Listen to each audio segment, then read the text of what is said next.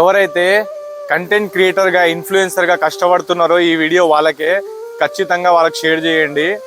So మీ videos viral అయితే లేవు, దానికి వ్యూస్ వస్తలేవు అని మీరు బాధపడుతున్నారా? అయితే బాధపడకండి. ఎందుకు చెప్తున్నానంటే మనకు కావాల్సింది పేషెన్స్.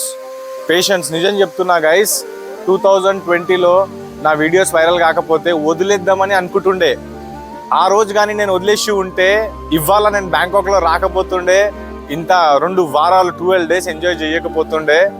ఆ రోజు నేను సరేలే ఈ వీడియో వైరల్ కాకపోతే ఇంకో వీడియో చూద్దామని అనుకున్నా, ఇవాళ ఈ పొజిషన్లో ఈ బ్యాంకాక్లో వచ్చి తిరుగుతున్నాను.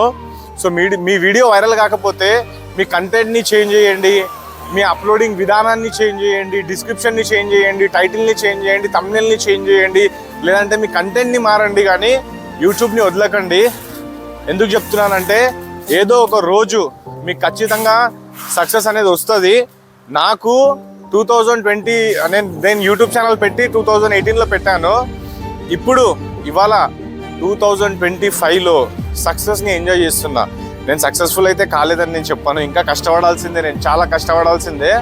బట్ నేను నా వెనుకలకెళ్ళి ఈ యొక్క ఎర్ర షర్ట్ వ్యక్తి అయితే కనబడుతుంది కదా, వీడు అక్కడ కూర్చున్నాడు. నన్ను చూసి వచ్చి అసలు ఎంత డిస్టర్బ్ చేసేసిండంటే, మంచిగా వీడియోలు చేసుకుంటా పోతున్నా నేను, వెనకలకెళ్ళి వచ్చి అని పిలుచుకుంటా. వాడు ఒక పెద్ద స్కామర్ యాక్చువల్లీ. సో నేను ఇండియన్ కనబడంగానే బ్యాంకాక్లో ఇలా స్కామర్స్ తిరుగుతూ ఉంటారు. సో ఇంకా నా వీడియో అయితే మొత్తం ఫ్లాప్ చేసేసిండు. ఇంకా నేనేం చెప్పుకోలేకపోయాను. ఈ వీడియో కూడా ఆనే పెట్టా, వీడు ఏం చేస్తాడో చూద్దామని. అయితే నేనైతే గమ్మున ఇంకా వాడికి రెస్పాండ్ ఇవ్వకుండా దనదన వెళ్ళిపోయినా. సో నెక్స్ట్ వీడియోలో చూడండి ఏం జరిగింది. ఛానల్ని సబ్స్క్రైబ్ చేసుకోండి. Thank you so much.